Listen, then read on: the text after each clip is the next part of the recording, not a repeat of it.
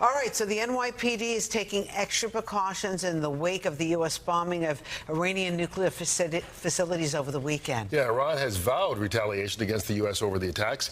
So heightened measures are being taken to monitor for potential cyber attacks. And there's also increased police presence at religious, cultural, and diplomatic sites in the 5 boroughs.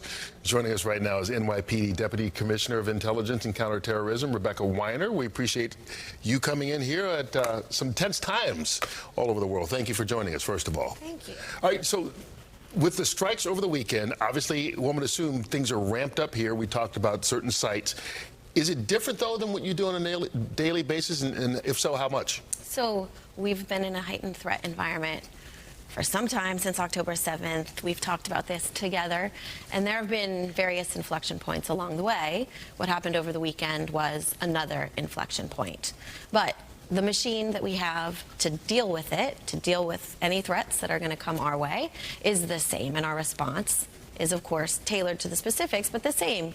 We've got our deployments to religious sites, cultural institutions, diplomatic facilities, high visibility patrols to deter any would-be bad actor from striking a soft target. That's number one, really important. The reassurance, seeing our officers out there, knowing that we are well-trained, well-equipped, ready to confront whatever comes our way. And then, of course, especially with a threat coming from Iran, it's a lot of intelligence work, doubling down on partnerships, reaching out to make sure that we're not missing anything, tips, leads, threats. The intel piece is really fundamental. Okay, so the White House and the State Department say they expect retaliation to happen in one form or another from Iran or supporters of Iran.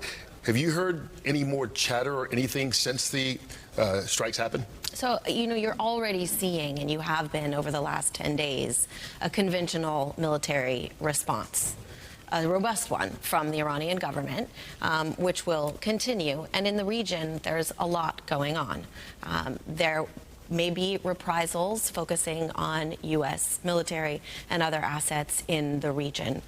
Proxy elements, Yemen's Houthis, Hezbollah, Hamas, the Shia militant groups that are active in Iraq, concern around strikes against U.S. positions in the region. Here in New York City, we're in a very different position, and that's important for New Yorkers to understand as you're seeing the news of what's happening overseas. Very different threat picture here. Certainly a threat picture that we are concerned about, continuing to navigate, which we have been and will do. This is not a new threat to us, but very different in New York from obviously what's happening overseas in the Gulf and the Middle East. So I'm just wondering, July 4th is around the corner, and I know it's 11 days from now. Yes. But, you know, there's fireworks and explosions. Any concerns about that happening during a time of heightened security? No, remember last July 4th, we were also dealing with a time of heightened security, and that is a day when we have all of our resources, all of our tools, all of our assets out there helping us make sure that New Yorkers enjoy a wonderful July 4th. Thankfully, the heat wave will be over by then.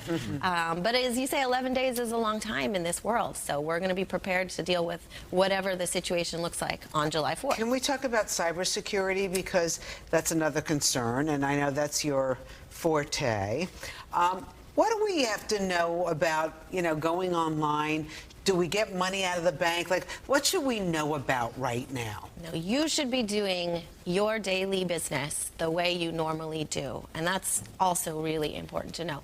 So the DHS put out a bulletin, you've just discussed it, on a threat advisor, their National Threat Advisory Bulletin yesterday, and it did a good job of outlining 3 specific areas to focus on, and one of them was low-level cyber incidents, and we experienced this in 2020. In January 2020, an IRGC general named Qasem Soleimani was killed, and after that, there were some low-level cyber incidents, and I'm talking about website defacements or limited DDoS incidents. This is not a major cyber incident in the aftermath as a reprisal, and so that is one of the possible threats that we are working actively with our partners to try to mitigate if it were to materialize here.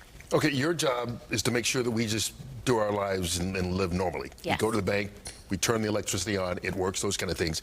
Are you worried about one area more than another? Like, you know, them attacking the electric grid? and causing a blackout or people losing, the access to the internet or anything specific? So we are dealing with this very complicated threat environment, and it's not just Iran. Think about last weekend. You had riots happening in LA, protests across the country, an incident in Minnesota, as well as Israeli strikes against Iran.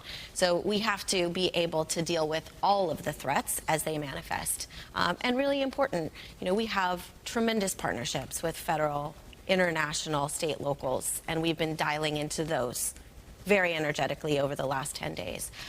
We have wonderful equipment. We have great training. We are well positioned to deal with all of these threats. Oh, that makes me feel so much better. I'm not kidding. I got up at 1 o'clock in the morning. I was thinking about Iran and how it affects us here in New York. So good. No, it is just challenging go times. about our business. Go about your business. Leave us to deal with the challenge. Okay. We'll continue to do it. How many hours a night do you sleep? That's classified. Good answer. Good answer. I'm guessing it's probably not much a lot of nights. Thank you so much for getting up early and joining us, though. Stay cool out there. Yes, you too, Commissioner Weiner. All right, speaking of cool, it's not going to be anytime soon, Mike.